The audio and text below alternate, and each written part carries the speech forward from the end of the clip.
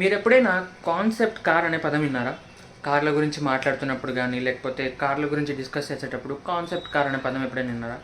ఇదేంది భయ్యా కొత్తగా వచ్చిన కార్ బ్రాండా? లేకపోతే కొత్త కార్ రకమా అనుకుంటే కాదు.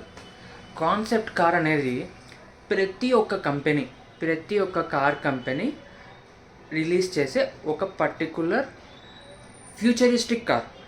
సో ఈ కాన్సెప్ట్ కార్స్ ఎంత ఫ్యూచరిస్టిక్ అంటే అటానమస్గా లేకపోతే మనం అసలు టచ్ చేయకుండా కార్ డ్రైవింగ్ వెళ్ళడం. అండ్ ఆ డిజైన్స్ కూడా మన మూవీస్లో ఎలా అయితే కార్స్ చాలా ఫ్యూచరిస్టిక్గా కొన్ని సైంటిఫిక్ మూవీస్ ఉంటాయి, అలాంటి మూవీస్లో చూసారా, అలాంటి పాసిబిలిటీస్ కూడా ఉన్నాయి, మనం ప్రొడ్యూస్ చేయగలము అని చెప్పి ప్రతి కంపెనీ తను నిరూపించుకోవడానికి రిలీజ్ చేసే ఒక కార్ అనమాట.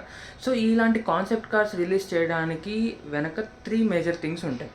ఒకటి ఏంటంటే ఫ్యూచరిస్టిక్గా ఎంత టెక్నాలజీ యూజ్ చేసి ఒక కార్ని క్రియేట్ చేయగలదు, అండ్ వాళ్ళ ఇంజనీరింగ్ కెపాసిటీ, అంటే వాళ్ళ engineering potential, designing potential to what extent they can go అని చెప్పి మనకి ప్రూవ్ చేయడానికి రిలీజ్ చేయడాన్ని ఒక కాన్సెప్ట్ కార్ అంటారు. ఇంకొక ఉద్దేశం ఏంటంటే మార్కెటింగ్. సో ఇలాంటి ఒక కాన్సెప్ట్ కార్ని ప్రొడ్యూస్ చేసినప్పుడు ఏమవుతుందరా అంటే కంపెనీకి కరెంట్ ఎగ్జిస్టింగ్గా ఏవైతే కార్ మోడల్స్ ఉన్నాయో వాటికి మార్కెటింగ్ జరుగుతుందన్నమాట. ఈ కార్స్ రిలీజ్ చేసి ప్రజలలో వీడియోస్ చూపించినప్పుడు ఆ కంపెనీ పొటెన్షియల్ని చూసి ఇన్స్పైర్ అయ్యి ప్రజలు కొనడానికి మక్కువగా ఉంటారు. సో అలానే మనము ఇంకొక థర్డ్ పాయింట్ ఏంటంటే ఈ కాన్సెప్ట్ కార్స్ని మెజారిటీ కేసెస్లో ప్రొడక్షన్కి తీసుకురారు. ఇవి జస్ట్ ఫ్యూచరిస్టిక్ కార్, బట్ మనం ఏమనుకుంటాం, అలాంటి కార్స్ ఫ్యూచర్లో ప్రొడ్యూస్ చేస్తారేమో అనుకుంటాం, బట్ మెజారిటీ కేసెస్లో అవి ప్రొడక్షన్కి ఏమీ రావు. ద రీజన్ ఎందుకు ఫ్యూచర్లో మనకి ప్రొడక్షన్ కిందకి రావు అంటే ఈ కార్స్ అనేవి ఒక బడ్జెట్ లిమిట్ లేకుండా, ఒక ప్రొడక్షన్ ప్రాసెస్ రిస్ట్రిక్షన్స్ లేకుండా తయారు చేయబడుతుంది అనమాట. అంటే ఒక కంపెనీ ఒక ఇంజనీరింగ్ టీమ్ని సెలెక్ట్ చేసి వాళ్ళకి ఒక ఫ్రీ హ్యాండ్ ఇస్తుంది అనమాట. నీ క్రియేటివిటీకి ఎంత పాసిబిలిటీ ఉంటే అంత ఎక్స్టెంట్కి వెళ్ళి క్రియేట్ చేయ ఒక కార్ని అని చెప్పి. సో దానికి బడ్జెట్ కానీ హెవీగా ఉంటుంది, తర్వాత దానికి ప్రొడక్షన్ ప్రాసెస్ కూడా చాలా రిక్వైర్మెంట్స్ ఉంటాయి. సో అవన్నీ యూస్ చేసి క్రియేట్ చేస్తారు కాబట్టి సో మెజారిటీ కేసెస్ అవి ప్రొడక్షన్కి రావు. బట్ రేర్ కేసెస్లో కొన్ని ప్రొడక్షన్కి కూడా వస్తాయి ఫ్యూచర్లో. లైక్ ఫర్ ఎగ్జాంపుల్ తీసుకుంటే రెనాల్ట్ 5 అని చెప్పి మనం ఇప్పుడు ఒక కార్ అయితే చూస్తున్నాము మార్కెట్లో, అది ఒకప్పుడు 2021లో ఇలానే కాన్సెప్ట్ కార్ కింద రెనాల్ట్ రిలీజ్ చేసిందనమాట. బట్ ఇప్పుడు అది ఒక ప్రొడక్షన్ కార్ అయింది. So this is very rare case. అంటే ఆ కంపెనీకి ఆ కార్కి వచ్చిన రెస్పాన్స్ వల్ల కంపెనీ దాన్ని ప్రొడక్షన్ ప్రాసెస్కి తీసుకురావడం జరుగుతుందన్నమాట. బట్ అలాంటి కేసెస్లో ఏమవుతుందంటే ఏదైతే ఫ్యూచరిస్టిక్ టెక్నాలజీ దాంట్లో ఉన్న ఫీచర్స్ని కొంచెం తగ్గించి డిజైన్ సేమ్ ఉంచి కార్ని రిలీజ్ చేస్తారు. సో ఇలాంటి కాన్సెప్ట్ కార్స్ని చూసినప్పుడు మైండ్ బ్లో అవుతుంది అనమాట. ఫర్ ఎగ్జాంపుల్ ఇప్పుడు ఆడీ నుంచి కొన్ని ఎగ్జాంపుల్ కార్స్ మీకు చూపిస్తాను. సో ఇప్పుడు మీరు ఆ కార్స్ చూసినప్పుడు మీకు అర్థమవుతుంది ఎంత ఫ్యూచరిస్టిక్గా ఉంటాయి కాన్సెప్ట్ కార్స్ అనేటివి. సో కాన్సెప్ట్ కార్స్ ఎగ్జాంపుల్ చూసే ముందు ఫస్ట్ కాన్సెప్ట్ కార్ మొత్తం అసలు ప్రపంచంలోనే first time concept car release చేసింది ఎప్పుడంటే 1938లో బ్యూక్ వైజ్ జాబ్ అని చెప్పేసి జనరల్ మోటార్స్ కంపెనీ నుంచి రిలీజ్ చేశారన్నమాట. అప్పుడు for the first time on the roads concept cars అనేవి ఎలా ఉంటాయి, ఎంత ఫ్యూచరిస్టిక్గా ఉంటాయని అప్పటి ప్రజలకి కంపెనీస్ రిలీజ్ చేయడం స్టార్ట్ చేశారు. సో ఇలా మనం ఎగ్జాంపుల్స్ తీసుకుంటే ఫస్ట్ ఆడీకి వద్దాం.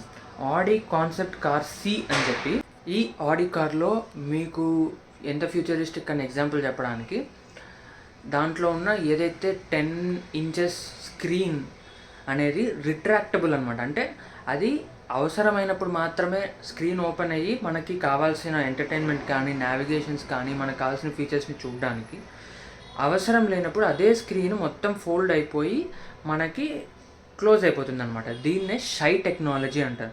అంటే సిగ్గుపడతారంటారు చూసారా, సిగ్గుపడే టెక్నాలజీ అని ఎందుకు పెట్టారంటే అవసరమైనప్పుడు కనిపిస్తుంది, అవసరం లేనప్పుడు క్లోజ్ అయిపోయి లోపల దాగి ఉంటుంది అనమాట. అందుకే దీన్ని సింబాలిక్గా షై టెక్నాలజీ అని చెప్పి ఇంట్రడ్యూస్ చేశారు. In the same way BMW car కూడా ఒక కాన్సెప్ట్ కార్ రిలీజ్ చేసింది, అదైతే నెక్స్ట్ లెవెల్ ఇంకా. సో BMW న్యూ క్లాస్ అని చెప్పేసి ఒక కాన్సెప్ట్ కార్ని దాని కింద ఆ క్లాస్ న్యూ క్లాస్ అనేది ఒక సెగ్మెంట్ దాని కింద రిలీజ్ చేస్తూ వస్తుందన్నమాట. సో ఆ కాన్సెప్ట్ కార్లో ఫస్ట్ ఫీచర్ చెప్తా చూడండి. పానోరామిక్ ఐ డ్రైవ్ అని చెప్పేసి మనకి మనకి విండ్ షీల్డ్ ఉంటుంది కదా, మనకి ఫ్రంట్ కార్కి షీల్డ్ ఉంటుంది కదా, ఆ గ్లాస్ కింద కరెక్ట్గా మనము దేవుడి బొమ్మలు పెట్టుకుంటాం అక్కడ, ఆ పొజిషన్లో పెద్ద స్క్రీన్ అనమాట, రెక్టాంగిల్ షేప్లో పెద్ద స్క్రీన్ ఇచ్చేసాడు. పానోరామిక్ ఐ డ్రైవ్ అంటారు. ఈ స్క్రీన్ స్పెషాలిటీ ఏంటంటే డ్రైవర్ అసలు రోడ్డు వదిలి కళ్ళు ఇంకొక వైపు తిప్పాల్సిన అవసరమే లేదు, అండ్ స్టీరింగ్ వదలాల్సిన అవసరం లేదు. టచ్ చేయడానికి, ఫీచర్ ఆన్ చేయడానికి మొత్తం వాయిస్తో పనిచేస్తుంది. అండ్ మనం ఇచ్చే వాయిస్ కమాండ్స్ వల్ల మనకు కావాల్సిన ఇన్ఫర్మేషన్ని కూడా మనం దాని వైపు చూడకుండానే మన అద్దం ఏదైతే ఉంటుందో ఫ్రంట్లో కార్కి దాని మీద డిస్ప్లే చేస్తుంది అనమాట, అంటే ప్రొజెక్ట్ చేస్తుంది. సో దట్ ఇప్పుడు ఎంత స్పీడ్ వెళ్తున్నాం అనేది మనం ఇలా చూసి ఇలా చూడాలి అవసరంలా, అదే ఆటోమేటిక్గా మన అద్దం మీద డిస్ప్లే చేస్తుంది అనమాట. దానివల్ల మనకి పక్కకి తిరిగి చూసి దానివల్ల మిస్ అయ్యి యాక్సిడెంట్స్ అయ్యే ఛాన్సెస్ తగ్గిపోతాయి. అలాగే BMW పర్సనల్ ఇంటెలిజెంట్ అసిస్టెంట్ అంటారు. అదేంటంటే హే BMW అనగానే అది మనకొక యాక్టివేట్ అయిపోయి ఒక కార్ మనతో మాట్లాడుతున్న ఫీలింగ్ అనమాట. మనం చేసే ప్రతి టాస్క్ని అది గుర్తుపెట్టుకుంటుంది అండ్ రిపిటేటివ్గా చేయమంటే కూడా చేస్తుంది. మనం ఒక్కసారి మన డైలీ యాక్టివిటీస్లో ఏదైనా చేసే పనిని అది ఒక్కసారి గమనిస్తే అది మళ్ళీ రిపిటేటివ్గా మనం చెప్పాల్సిన అవసరం లేదు, ఆటోమేటిక్గా చేసేస్తుంది. ఇన్ ద సేమ్ వే మనకు కావాల్సిన ప్రతి ఫీచర్ని జస్ట్ విత్ అ వాయిస్ దానికి కమాండ్ చేస్తే అదన్నీ మనకి చూసుకుంటుంది అనమాట. ఇంకొక ఫీచర్ ఏంటంటే ఈ BMW కార్ అనేది ఒక పవర్ బ్యాంక్ లాగా పనిచేస్తుంది. ఎందుకంటే ఇది ఒక ఎలక్ట్రిక్ కార్, దీంట్లో బై డైరెక్షనల్ ఛార్జింగ్ ఉంటుంది అనమాట. అంటే నువ్వు దాన్ని ఛార్జ్ చేస్తే 100%, దాని నుంచి ఎప్పుడైనా కార్ని ఫర్ ఎగ్జాంపుల్ మన ఇంటి పక్కన పార్క్ చేసి ఉంటాం, దాంట్లో ఛార్జింగ్ ఉంటుంది. సో నీకు ఎప్పుడైనా ఇంట్లో పవర్ కట్ అయి ఉంటుంది, నీకు అవసరం ఉంటుంది, నువ్వు జస్ట్ కార్ని మన ఇంటికి కనెక్ట్ చేస్తే మన ఇంటికి పవర్ని సప్లై చేస్తుంది అనమాట. అలానే ఆ కార్తో నువ్వు ఎలక్ట్రిక్ స్కూటర్ని ఛార్జ్ చేసుకోవచ్చు, నీ మొబైల్ ఛార్జ్ చేసుకోవచ్చు, నీ ల్యాప్టాప్ ఛార్జ్ చేసుకోవచ్చు, ఎనీథింగ్. అంటే ఒక పవర్ బ్యాంక్ లాగా పనిచేస్తుంది. అది ఛార్జింగ్ తీసుకుంటుంది, ఛార్జింగ్ వెనక్కి ఇవ్వడానికి కూడా 2 డైరెక్షన్స్లో పనిచేస్తుంది అనమాట. సో మెర్సిడీస్ బెంజ్ కూడా ఏం తక్కువ తినలేదు కదా, దాని కాంపిటీటర్స్కి తగ్గట్టుగా విజన్ ఐకానిక్ అనే ఈ కార్ని రిలీజ్ చేసింది. ఈ కార్ అయితే వామ్మో అసలు మామూలుగా లేదు. ఇది సోలార్ పవర్డ్, ఎలక్ట్రిక్ పక్కన పెట్టండి, ఇప్పుడు వచ్చే కార్స్ ఎలక్ట్రిక్ అంటున్నాం కానీ సోలార్ పవర్డ్ కార్. సో మీరేమనుకుంటారు, సోలార్ పవర్డ్ అంటే సోలార్ ప్యానెల్స్ అంతా పెట్టేసి కార్ మొత్తం ఉంటుంది అనుకుంటారు. బట్ సోలార్ పెయింట్ యూజ్ చేశారు. అంటే ఈ ఫోటోవోల్టాయిక్ సెల్స్ ఏవైతే ఉంటాయో వాటిని పెయింట్ రూపంలో టెక్నాలజీ డిజైన్ చేసి కార్ మొత్తం సోలార్ పెయింట్తో కవర్ చేస్తారు. సో దట్ మొత్తం ప్రతి ఇంచ్ ఆఫ్ కార్ అనేది సన్లైట్ని అబ్జార్బ్ చేసుకొని ఎలక్ట్రిసిటీని జనరేట్ చేస్తుంది. సో దీనివల్ల కార్కి ఎంత పొటెన్షియల్ ఉంటుందంటే సంవత్సరానికి 12,000 కిలోమీటర్లు ట్రావెల్ చేయగల ఎనర్జీని అబ్జార్బ్ చేసుకోగలదు అనమాట.